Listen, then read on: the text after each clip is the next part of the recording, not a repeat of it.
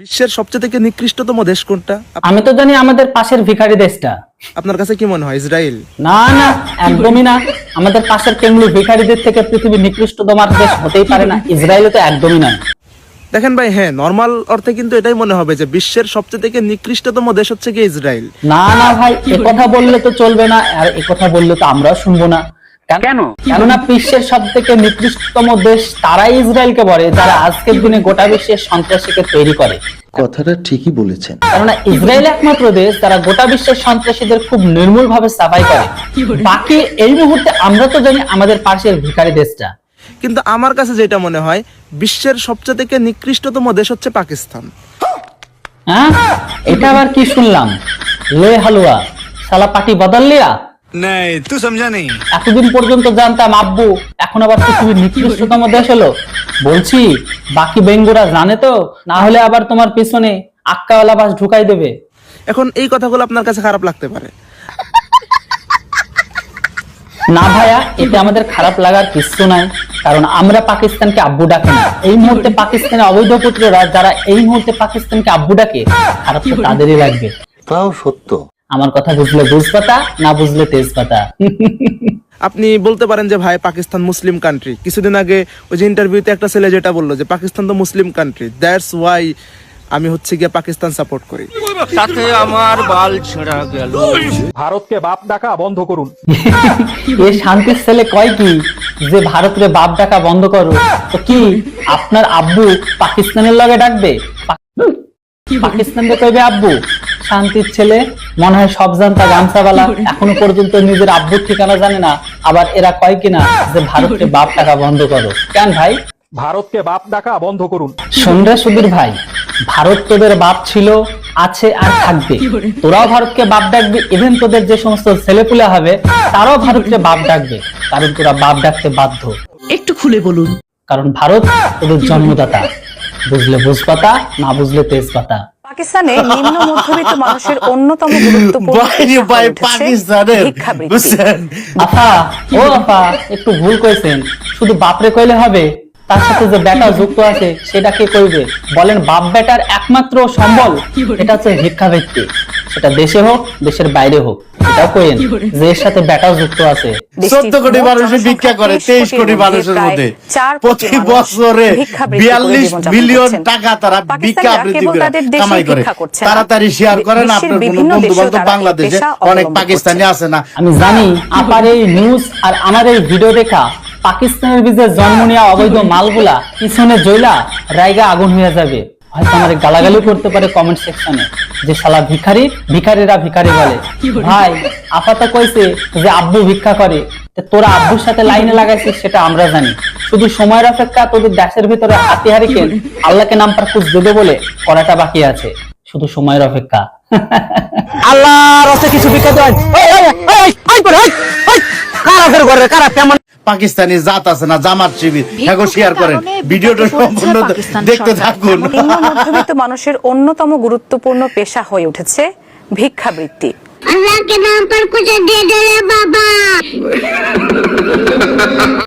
দেশটির মোট জনসংখ্যা 23 কোটির মধ্যে প্রায় 4 কোটি মানুষ ভিক্ষাবৃত্তি করে জীবনযাপন করছেন। আপু, শুধু পাকিস্তানেরটা বললেন ডেটাটা, একটু যদি বাংলাদেশেরটা কইতেন তাহলে ভালো হতো আর কি।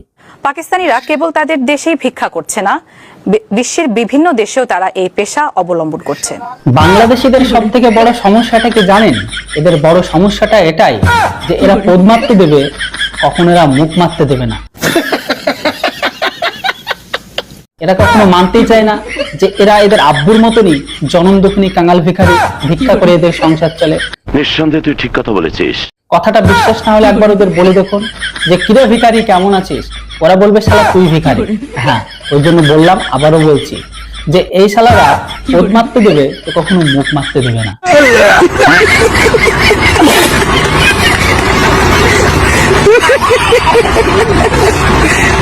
আবার শুরু হয়েছে কিছু ইন্ডিয়ান দাদাদের চুলকানি।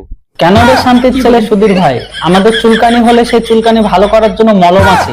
কথাটা ঠিকই বলেছেন। কিন্তু আফসোস, ওদের পেছনে বেশি চুলকানি হোক, হাজা হোক, দাঁত হোক, সেটার জন্য ঘরের ভেতরে মলম নয়, সেটার জন্য ইন্ডিয়াতে আসতে হয়। আমাদের চুলকানি দেখে তোদের লাভটা কি? হ্যাঁ, তা আমাদের চুলকানি এটা কি একটু কইয়া দে শুনি। আমাদের দেশে তেল দিচ্ছে, এ দিচ্ছে, তা দিচ্ছে, বলি কি কোনো জিনিস কি ফিরিয়ে আসছে? বোকা চন্দ্র কয় কি তোরে মান্না কেন দুমু? আমাদের কি ট্যালেন্টে টাকা লাগে না, টাকা লাগে না, আমরা তোরে মান্না কেন দুমু?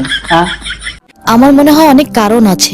কথা হচ্ছে এটাই, কয়দিন আগে কইলি দিল্লি না ঢাকা, দিল্লি না ঢাকা, সব কি শাওয়া ছাড়া হাতের মতন সব শাওয়ার মধ্যে ঢুকাই গেছে? আমি জানি কোথায় গেছে।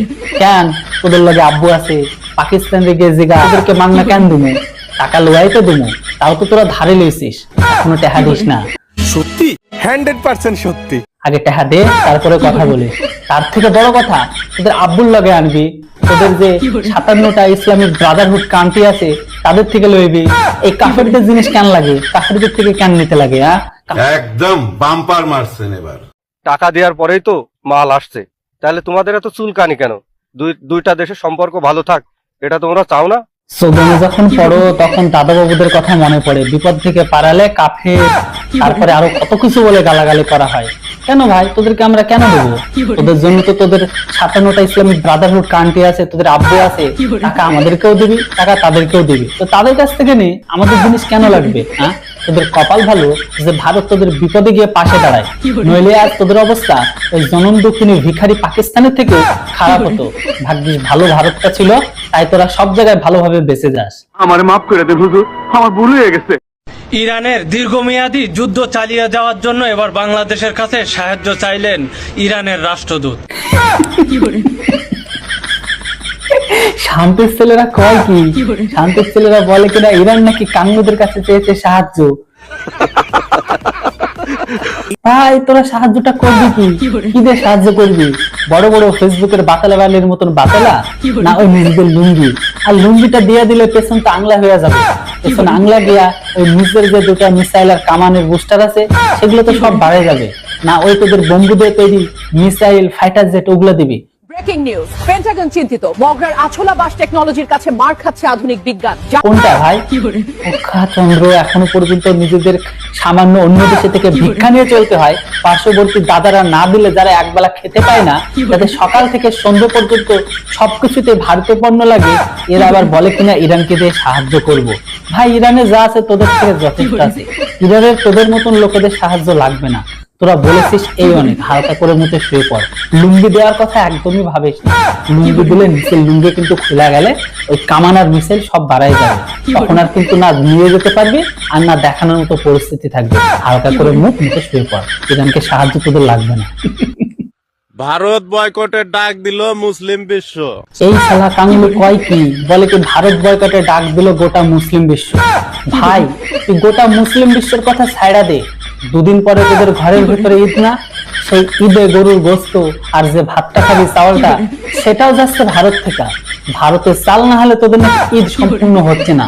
তুই আগে তোদের পার্শ্ববর্তী ভারত মানে দাদা বাবুরে বয়কট করে দেখা, তারপর না গোটা মুসলিম বিশ্বের কথা বাদ দিস।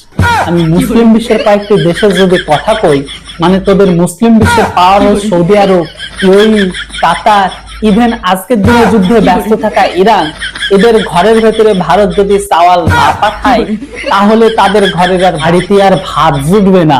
ভাই তুই মুসলিম বিশ্বের কথা বাদ দে, আগে তোরা দাদা বাবুদের বয়কট করা শেখ, তারপরে নয় মুসলিম বিশ্বের কথা বাদ দিস। বোকা চন্দ্র।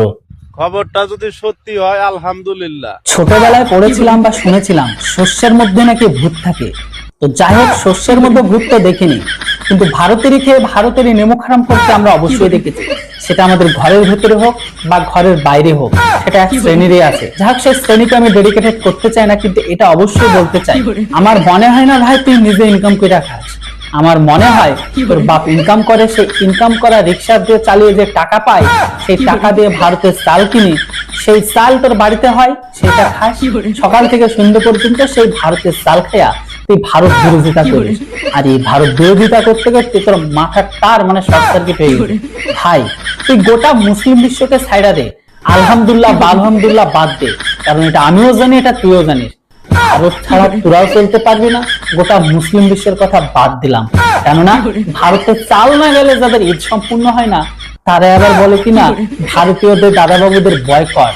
তোর আলহামদুলিল্লাহ তোর গানের মধ্যে ঢুকে যাবে যদি দাদা বাবুরা চাল না পাঠায়। বুঝেছিস? যা হালকা করে মুখ নিতে শুয়ে পড়। পৃথিবীর বুকে সবচেয়ে নিকৃষ্ট দেশ হলো যে দেশের মানুষের আমাশা হলে এই নিকৃষ্টতম দেশে আশা লাগে, না হলে নিচের ভোগা দেয়া ঝল ঝাড়া বাড়ানো আমাশা যারা ঠিক করতে পারে না, তারা আবার বলে কিনা পৃথিবীর নিকৃষ্টতম দেশ হচ্ছে ভারত। আমি জানি তোর শরীরে বহন করছে তোদের অবৈধ আব্বুর ডিএনএ। বাকিটা আমাদের আর বোঝানো লাগবে না যে এই নিকৃষ্টতম দেশটা ছিল বলে আজ চাইনায় বসে এই নিকৃষ্টতম দেশের বদনাম করতে পারছিস। ভাগ্যিস সেদিন এই নিকৃষ্টতম দেশটা তোদের দেশের পাশে দাঁড়িয়েছিল, না হলে আজও তোরা ওই পূর্ব পাকিস্তানের দেশের ঘরের ভেতরে তোরা ঠিক ওই আব্দুল, বুঝেছিস তো? মা বোনের অবস্থা যেমন সেদিন করে তোরা আজ পৃথিবীতে এসেছিস, ঠিক আজও তোদের ওই অবস্থায় রাখতো। পাকিস্তান আর বাংলাদেশ যদি একসাথে থাকতো তাহলে দুই ভাইরে একে অপরের ভোগা মারা ভালো হতো, তাই তো?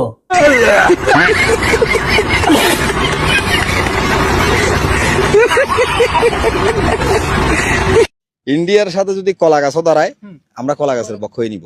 তোকে সাপোর্ট আমাকে লাগবে না বাড়ি, আমাকে ক্ষমা কর দে। তোর পায়ে ধরি, তোর অন্য জায়গা ধরি, তোরা ক্ষমা কর। पाकिस्तान का जितना भी गुड लक था तुम लोगों को सपोर्ट मिलने के बाद उसका गुड लक का गुद मारा गया। অতএব আমরা চাই না সেই গুদ মারা গাতি বাটি, চাই না। আমাকে সাপোর্ট করার জন্য অনেক কিছু আছে, অনেকেই আছে। তোমরা কলা গাছ সাপোর্ট করো, তোমরা হোলের মাথা সাপোর্ট করো, এইসব সাপোর্ট মাপোর্ট তোমাকে করতে হবে না। তোমরা কলা গাছ সাপোর্ট করো। আর কলা গাছের সাপোর্ট যেদিন অতিরিক্ত ভালো লাগবে, কলা আর কলা গাছ জায়গা মতো ঢুকোয় নিয়ে বসে থাকো।